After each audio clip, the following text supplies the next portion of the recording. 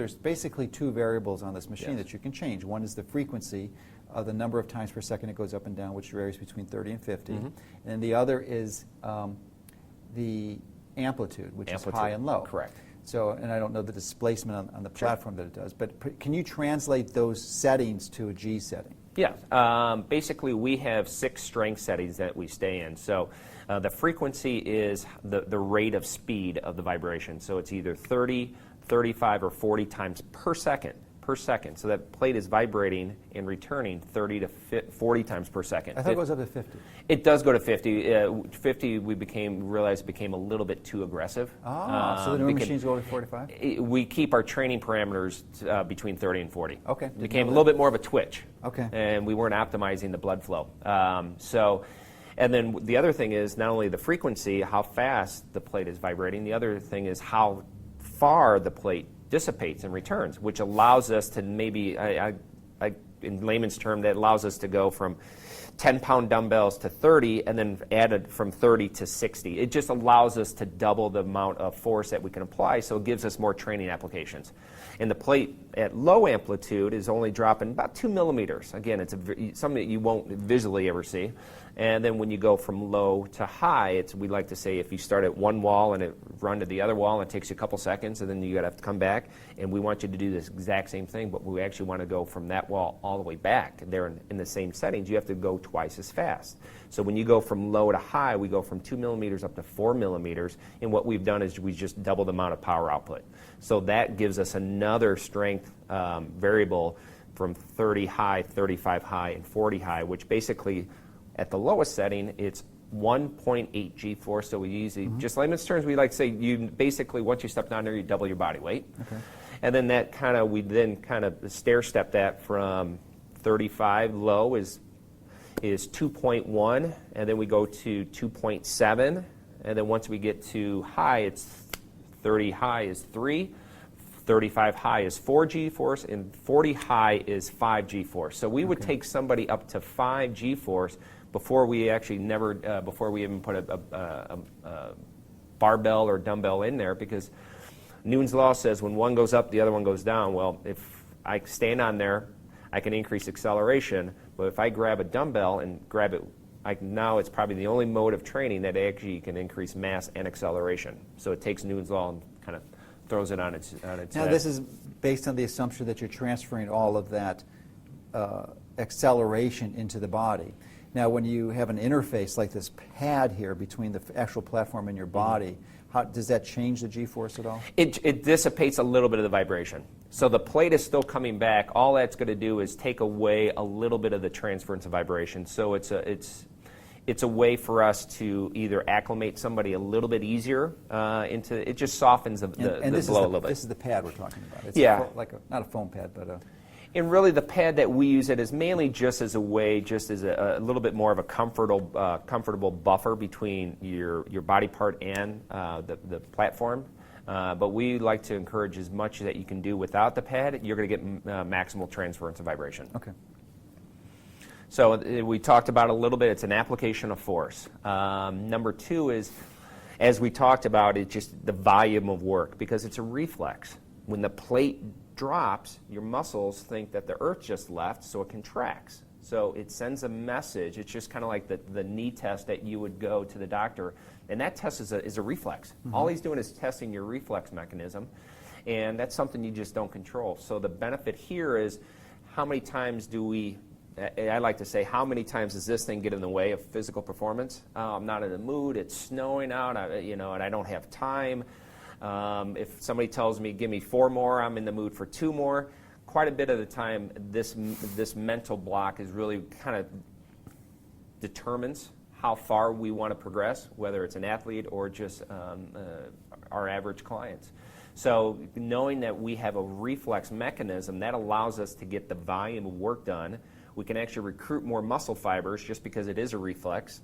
So that's why we can get a volume of work done in such a short amount of time, and we actually get more benefit in a short amount of time because of all the reflex mechanisms and the muscle fibers that we're stimulating. So it's an application of force. It's a reflex.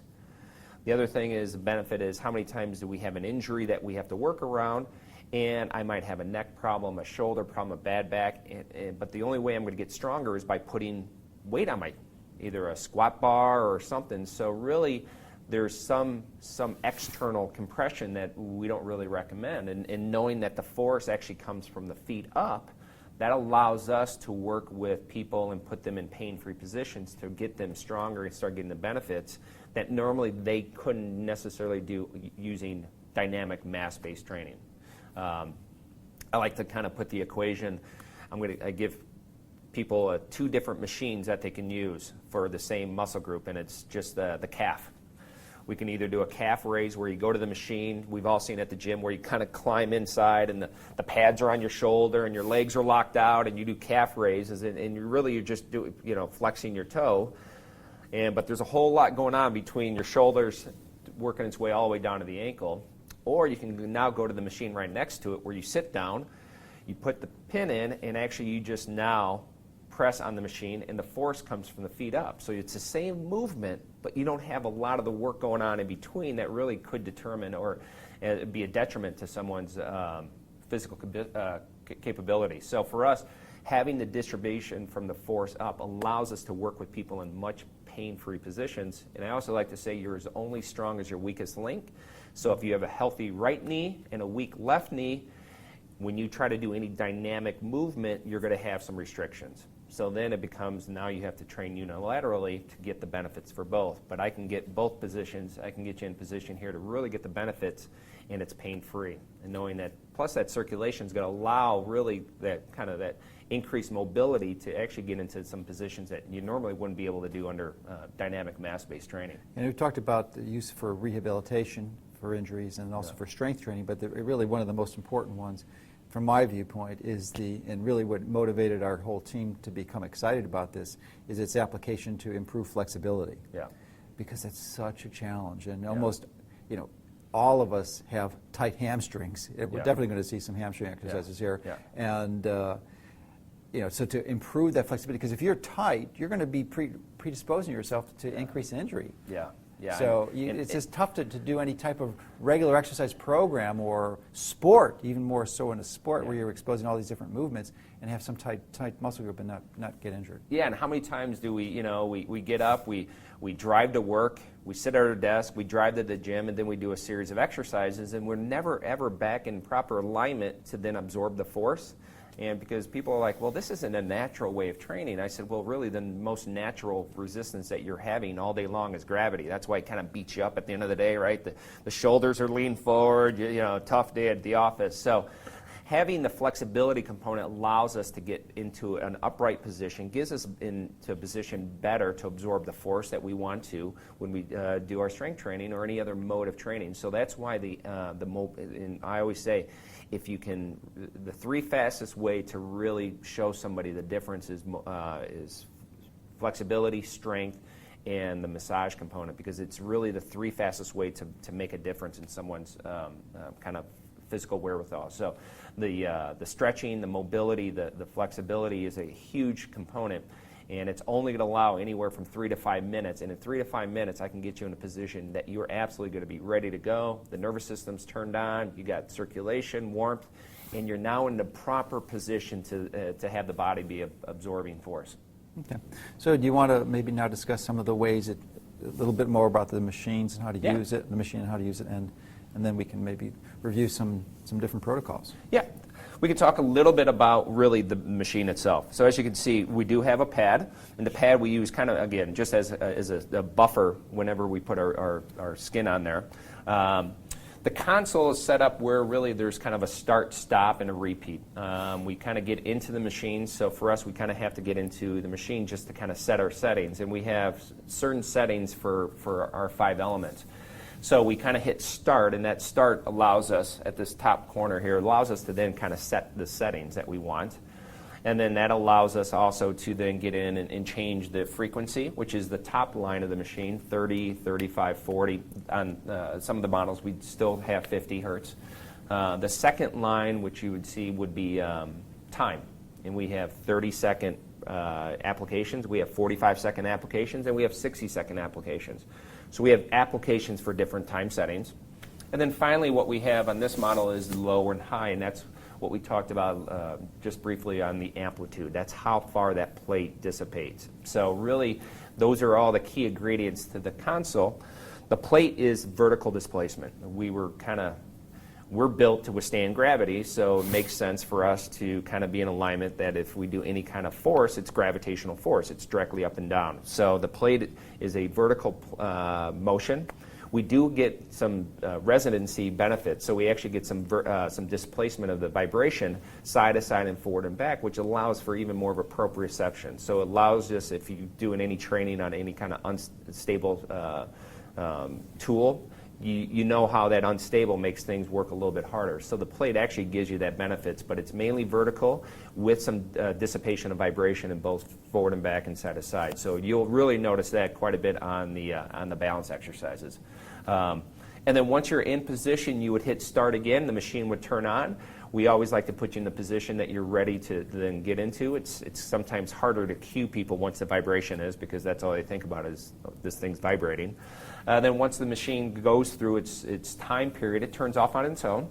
So you don't have to do anything more, and really it's just some coaching tips and some cues to really get you in the best position to absorb the force. So we have some coaching tips that we'll talk a little bit about, but the main thing works on tension. TVR, which is tonic vibration reflex, is our reflex mechanism that we work with vibration that allows us to really maximize the vibration with the muscle action. So anytime you work with vibration, we really want to elicit tension, because the tension does two things. One, it localizes the vibration, and two, it minimizes travel to the head. And I'm sure we'll talk a little bit about people's worries and concerns about travel. What I like to say is the best thing about the machine, it vibrates. The worst thing about the machine, it vibrates. And it's really just localizing, and we want to localize the vibration as much as possible, because that's the force that we want to really kind of work on. And we want to limit anything that kind of travels up. People they don't feel comfortable with things kind of resonating in their head. You will get some feel. It does vibrate. But the thing is really by the coaching cues and some of the exercises and the positions we put you in, the goal is to really localize it. And I kind of like to say there's a difference between acclimation and sensitivity. Acclimation is if you've ever had an electric toothbrush, the first couple times of using an electric toothbrush, it was a new sensation. You probably didn't think that there was going to be a second day or third day that you're going to be using it. And the more you use it, really, you don't even think about it now. So that's what we say is once people become acclimated to the vibration, they don't think much of it after that point.